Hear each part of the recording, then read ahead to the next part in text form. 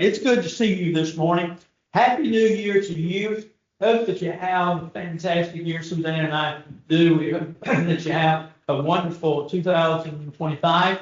And it'll take us a while to remember that's the year. I was still stuck on 2023 till about last month. So, I don't know what I'm going to do. But hopefully that you will have a great year for you and yours.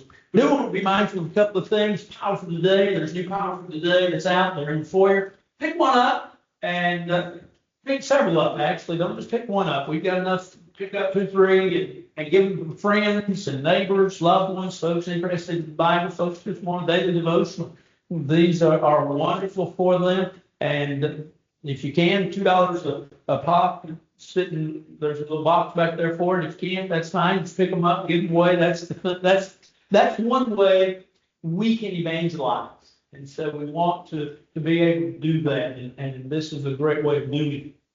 Also, in the back, we told you back about, about a month or so ago, to be mindful of the fact that we are in this year, in 2025, we're going to be individuals that enjoy Fifth Sundays, as we always do. We're going to cancel one. You'll see all that as the schedules come out. There are some schedules in the back. If you'd like a yearly schedule of what you're supposed to do, they're in the back, not just for the men, but for others as well, for the events of the year. But we're going to have a Friends and Family Day on March the 30th.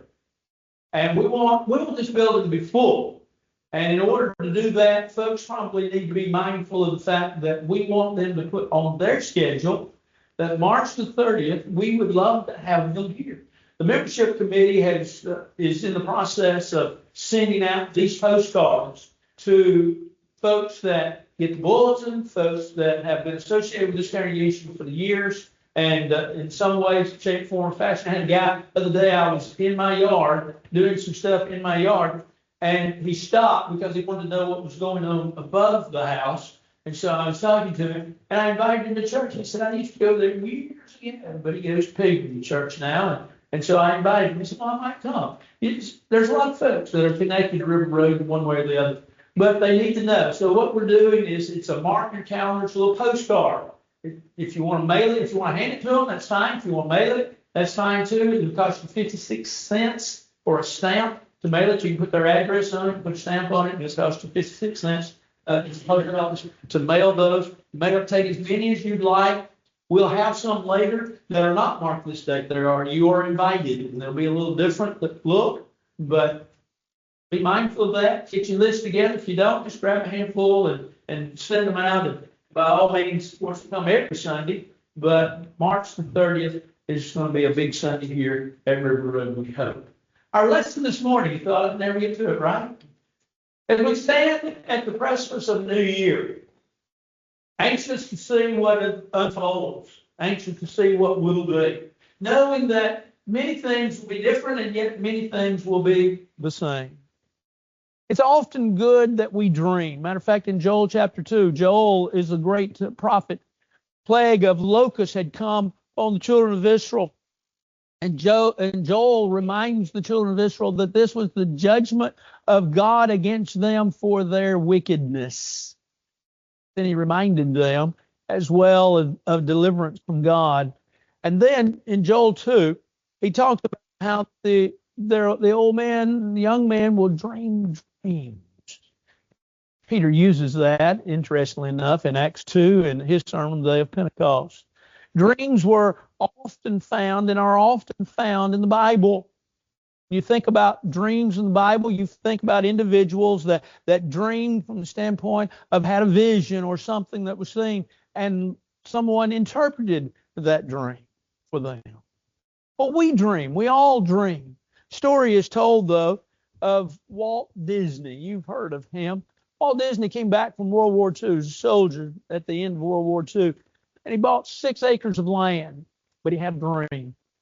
He had a dream. He had been going to amusement parks with his children, and he continued to go to amusement parks with his children. And within 8 years, he had 164 acres that joined that acres that he bought originally when he came home from the war.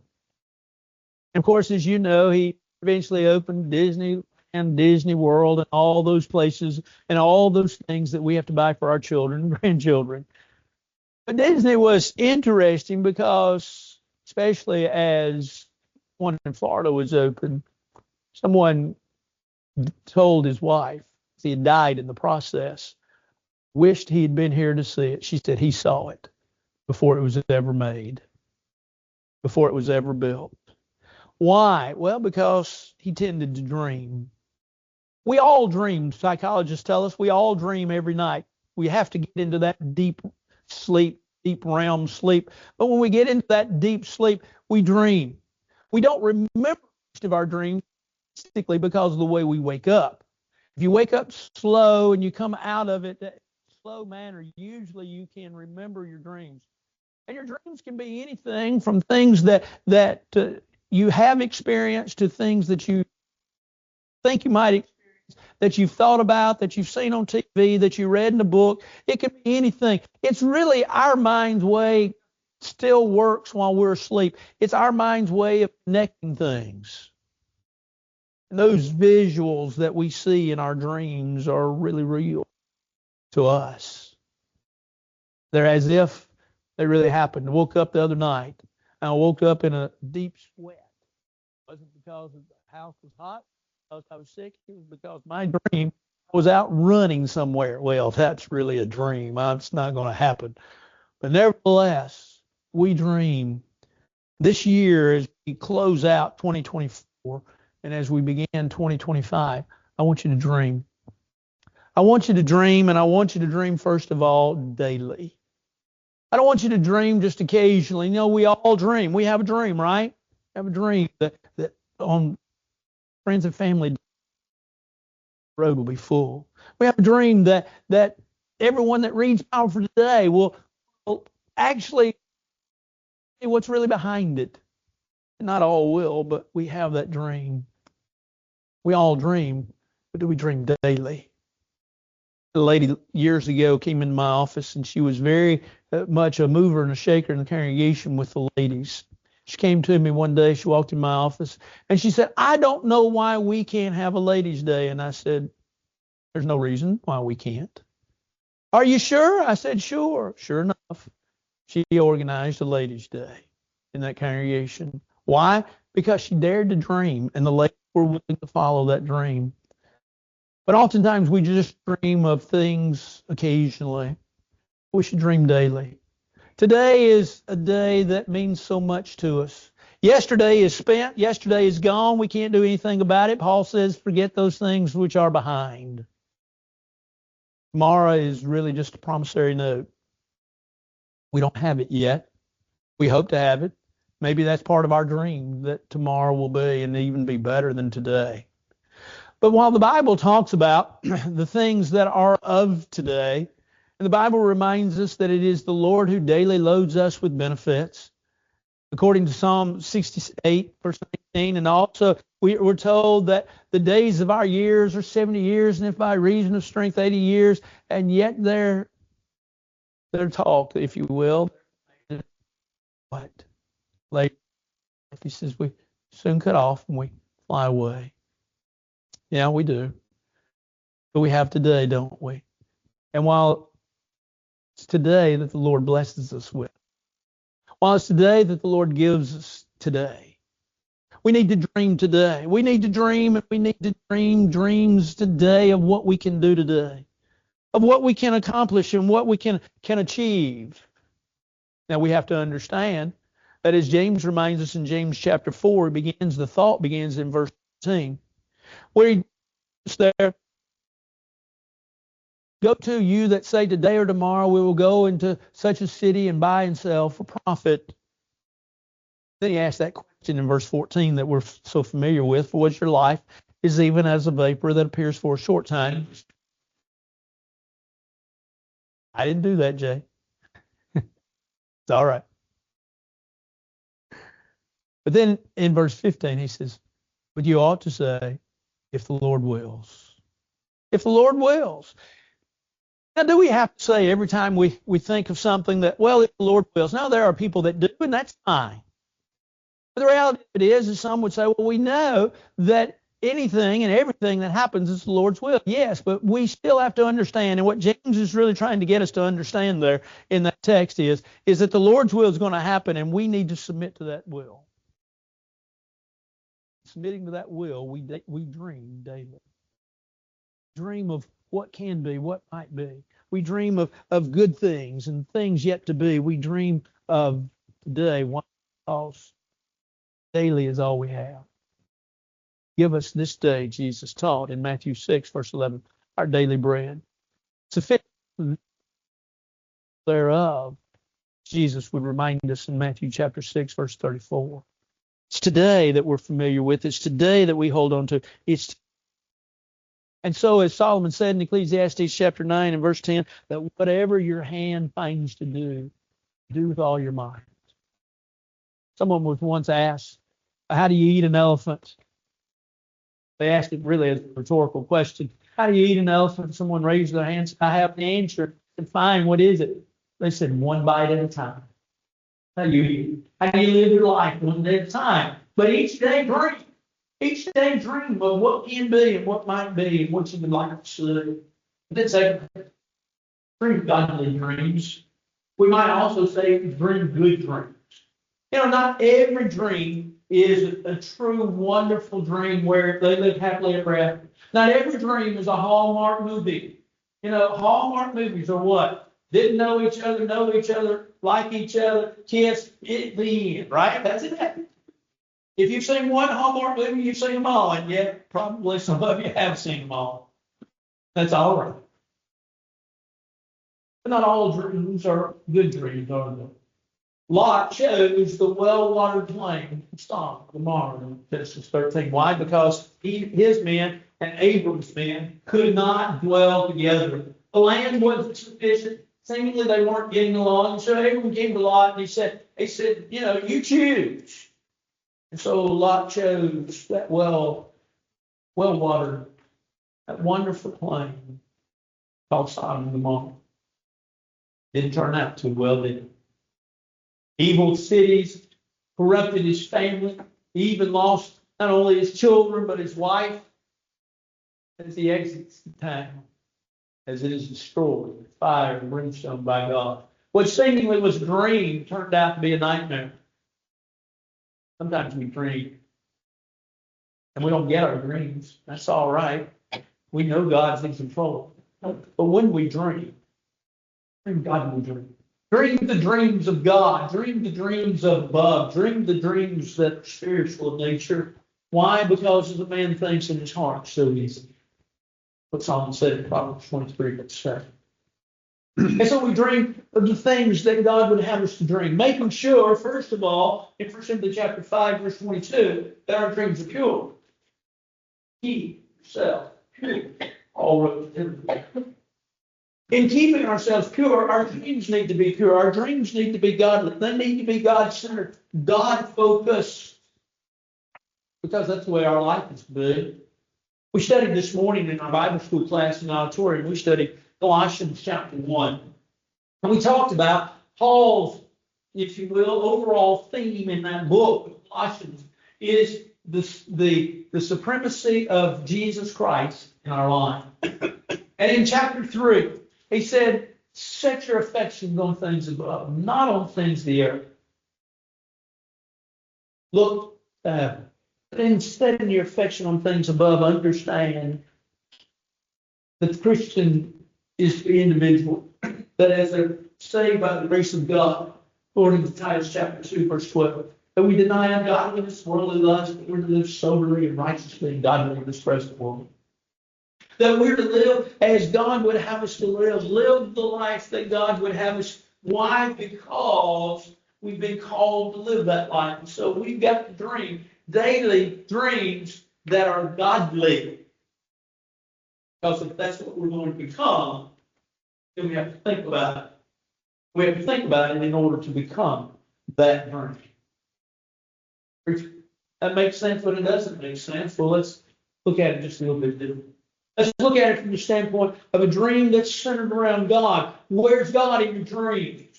Do you dream of things in the world?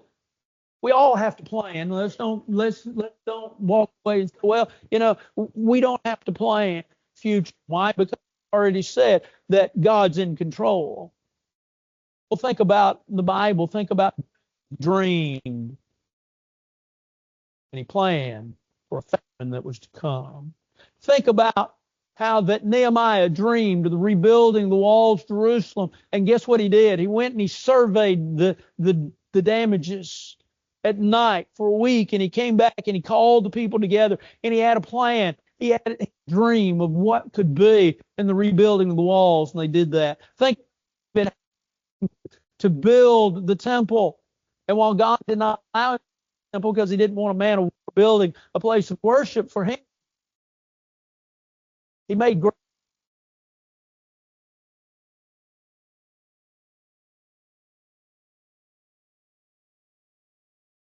All right. Think about it.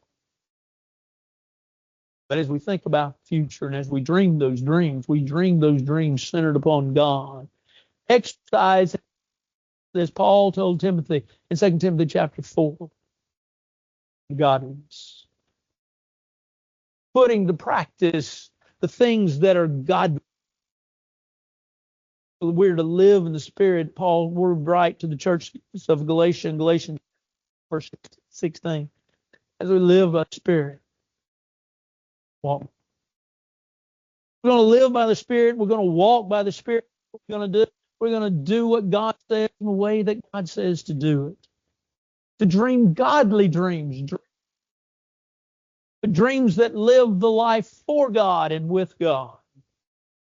Dream of how God wants you to be and how God has instructed you to be. Because while we have been set free from sin, guess what we've been given? We've been given the fruit of holiness. That's what Paul wrote in Romans chapter 6, verse 22.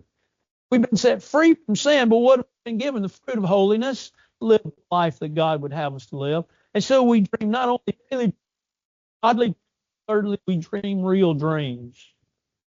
When I was a kid, I dreamed this. I dreamed to be 7 foot tall and be able to play professional basketball. I didn't make it.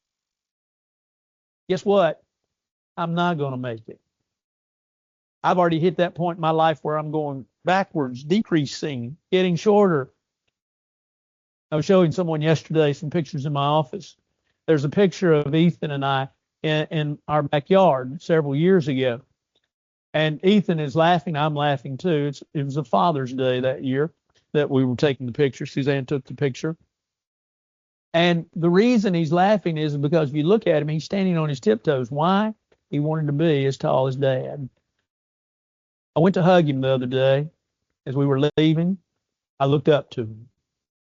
I'm not going to be 7 foot tall. I'm not going to play professional basketball, thank goodness. But nevertheless, I'm not going to reach those goals. Sometimes we can dream, and we can dream of going past a $10 million house and say, man, I'd love to live there. I wouldn't, but you might say, man, I'd love to live there. That might be your dream. But if you're not working at a huge paying job, that's an unrealistic dream. Oh, it's a pipe dream, yes, but it's still an unrealistic dream. We need to dream dreams that are based in reality, dreams that are based in fact, dreams that can. While we all have value and we all have worth, Paul addresses this in 1 chapter 12. Where he's talking about spiritual gifts there, and some were saying, have one but the other, that this one was valuable than this one. The ability to speak in is more valuable than the ability to dream. Says that's not so. Each one of you, each person, each member of the body of Christ is you. Each person is important to God and is of value to God. You're important. I can't do this, that, the other. Limitation by virtue of ability, limitation by virtue of health, limitation by virtue of this, limitation by virtue of that. We can all figure thing. Part of the problem is that what we can't do instead of trying to figure out what we can do. We need to figure out what we can do, not what we can't do. It's easy to figure out what we can't do. Why? Because we can look at somebody else that has a little different talents, or a little more talents than what we have, and they can do that. We can't. I won't mention anybody's name. It's beautifully hand drawn from one of our members here. Bless her heart. Love them. They're dear. They're sweet. We hold them. We cherish every card though, but we cherish cards. Folks, I can't draw a straight line. You know, you want me to draw a picture of you, it'll be a stick man. I can't dream of being an artist. I can't dream of putting a sermon together, putting a lesson together. It may not be the best that you've ever heard in the world. It may not be the most effective, but I can still do that. Each one, though, has different dreams. But those dreams need to be real, knowing that each one is of value, knowing that each one is important. And so dream those real dreams. Dream those dreams that are realistic, that you can do, that you can accomplish. In the parable of talents, Matthew 25, there's a great lesson that I think some we get upon it. In Matthew chapter 25, verses 26 following, you remember the story of the 5 and 2 and the 1 talent. The one that 5 talents went and made 5 more talents. 2 talent man went and made 2 more talents. 1 talent man, what did he do? He went to talent. Now remember, a talent was a large sum of money. And he went and he buried the talent, and he came back. As he's giving an account of what he did, the master asked him, what did you do? He says, I was afraid. And he said, I knew that you were a hard man. I knew that you were difficult. I knew that it was hard to please you. And I was afraid. So I went and I hid my talent, buried it in the ground. And he says, I have it. And he's rebuked by the master. Why? Because he didn't do something with it. He didn't use it. He didn't put it to use. He should have done something with it in order to gain more, just like the 5 talent and the 2 talent man did. It wasn't that he had 1 talent and that was it. It was the fact that he didn't do anything with it. In dreaming real dreams, we need to understand we're of value, we're important, we all have talents, and we need to dream the dreams of what can I do? And then we volunteer things. Why? Because as we dream daily dreams, whatsoever your hand finds to do. And so as we stand beginning of the new year, dream real dreams. Next, dream heavenly dreams. Preacher, I godly dreams or good dreams. But I want to look at it a little differently. What's the idea of heavenly dreams? Heavenly dreams are just that, dreams of heaven. In Philippians chapter 1, Paul reminds us there in verse 21, 22, and 23. 1. He talks about living. In verse 23,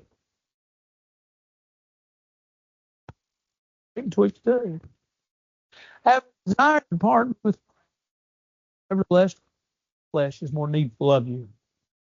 Paul says, hard place. I'm really hard time. The hard time, I really want to die. Paul knew whereof he believed, was assured and believed that he would die and go to heaven. As Christians, we face that reality, and we can have that knowledge. Paul says to be here, Church of Philippi. Now you got to remember, I know you, but remember the book. Paul is in jail. 52 AD. I don't know if he's going to get out. It's right at the end of the book of. He doesn't know if he's going to live. About dying. It's all right. It's all right. Worried about it. But he said, I understand that if I can stay here and I can help you, that's the best thing for you. His dreams, though, are heavenly dreams. His dreams are the idea of, well, let's go on and let's pass life. Because of what's Now, we're not saying we dream that you're going to die. I don't want that. I want you to dream. I want you to go there. I want you to remember that God is going to be there. His Son, Spirit of God. And all three will be there. And countless other individuals who the Hebrew writer says this world was not worthy of will be there. I want you to dream and to realize that heaven itself is an eternal place. You ever had to move? You ever had to move? You know, it's where you pack up all your stuff, you rent a U-Haul, you hire a moving company, and you jump in and you move. It's fun, isn't it? All those boxes, changing everything, changing your address on everything, making sure the electric company, the heat, uh, everything is changed. All your subscriptions are changed. Everything's changed. Oh, it's fun. You want to do it? No. We like to be planted, right? That's why we buy houses. Because I want to be planted with that. Nothing wrong with that at all. But yet we know there's coming a time in which this place passes away. For we know that if the earthly house, this tent, is dissolved or taken down, we have a building of God. That's what Paul said in chapter 5. He says, we know that it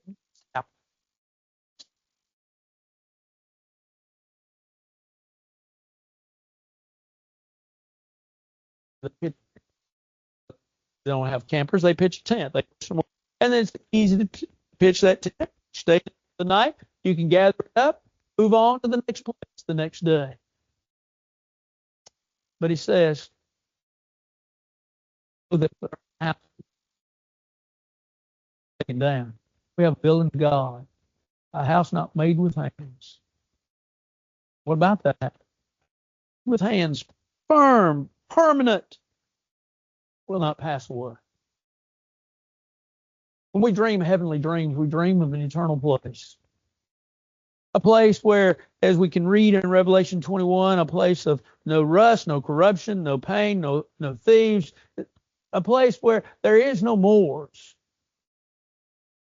All the things in the flesh in this world will pass away. And eternity will be ours. I want you to dream those heavenly dreams. I want you to look to heaven above. I want you to see what lies ahead. I want possibilities. See can be. I want you to see where you're headed and where you're going. I want you to look for things above, not on things. I want you to see heaven. I want you to see how it is. I want you to understand that as you dream that dream, daily dream, that you understand that today you're one step closer than you were yesterday. And tomorrow you'll be one step closer than you were today. But ever keep heaven in your sight. And then I want you to dream challenging dreams. You might say, I don't like challenges. Challenges imply certain things. They imply a struggle. They imply a difficulty. They imply hardship. They imply a hurt. And just like these things. I mean, when we start to hurt him, what do? We go to the doctor. Doctor, can you? We like those things that can be. And so when you say, well, I want to dream a challenging dream, you just lost the marbles. Don't want to do that. But isn't it, aren't those the times that grow? Aren't those the times that really growth is seen, is when we're challenged?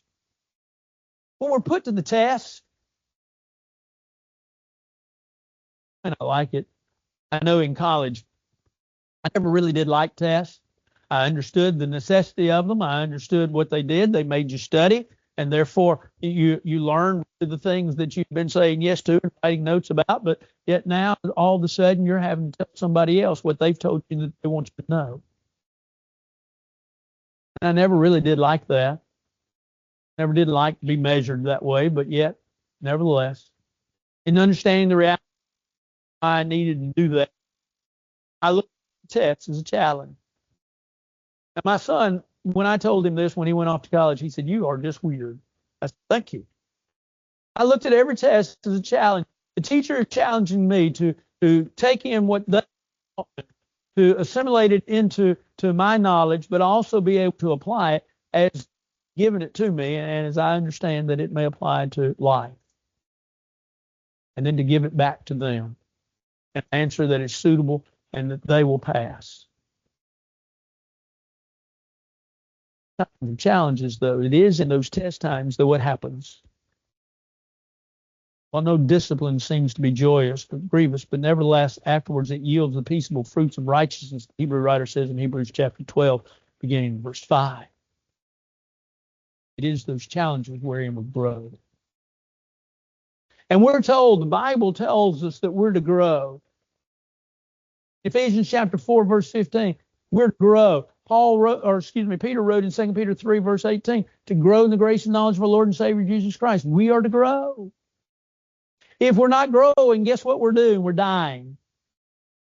There's a tremendous difference between a post and a tree, and yet a post was a tree, right? What's the difference? A tree is a living, if you will, plant. A tree is that which is thriving. Oh, it may have a dormant season, as our plants do this time of year. But nevertheless, a tree is growing, and it will add each day, each year, it will add wood, and it will grow. The difference between a tree and a post is that a post is a tree that's been cut down. Been taken to the lumber yard, it's been shaped up, it's put in the ground. Now all of a sudden it's gone from living to what? Dying. And you have to ask yourself, do I want to be a post or do I want to be a tree? Do I want to be living or do I want to be dying? If we're living, then what are we going to do? We're going to see what we can do, what we need to do. We're going to look at our options. And then we're going to implement. You might say, well, preacher, you've been heading towards this the whole time in this sermon. You're right. But now let me ask you, what are your challenges? I know many folks say, and yes, we don't keep them. How many of you make New Year's resolutions? Don't answer that. I don't make resolutions, some might say. Well, why? Well, because I'm only going to break them. Well, then that's really not what a resolution really is. Resolution in many ways is a goal. It's a goal that's set. Well, how do you do that? Figure out where you want to go, figure out how to get there, figure out what the problems are that keep you from getting there, and then make plans in order to get there, only to arrive there as you work at it daily. That's a challenge. Live your life. A dream, challenging dreams. The reason being because in the end, here's what we want to hear. We want to hear the words, well done, good and faithful servant. We want to understand that we really need to dare to dream. You and I all need to dare to dream. Dream the dream that God would have us to dream. Don't be as what happened in 2009. In 2009, and I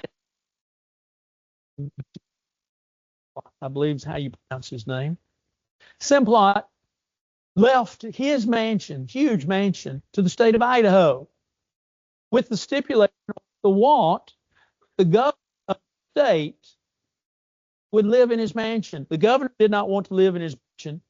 The state paying untold amounts of dollars in order to keep this mansion up. Had made his money by growing potatoes, McDonald's. If you eat McDonald's French fries, you eat, not his because he's passed away, but his family, you eat their. Now, here's the question. Where are you spending your money? Where are you spending your time? Where are you spending your efforts?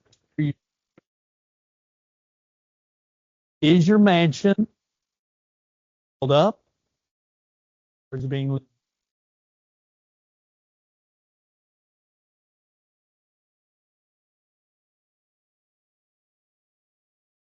only dreams? Dreams this year. This morning, you need to respond to the Lord's invitation once you come. On together, we stand and sing.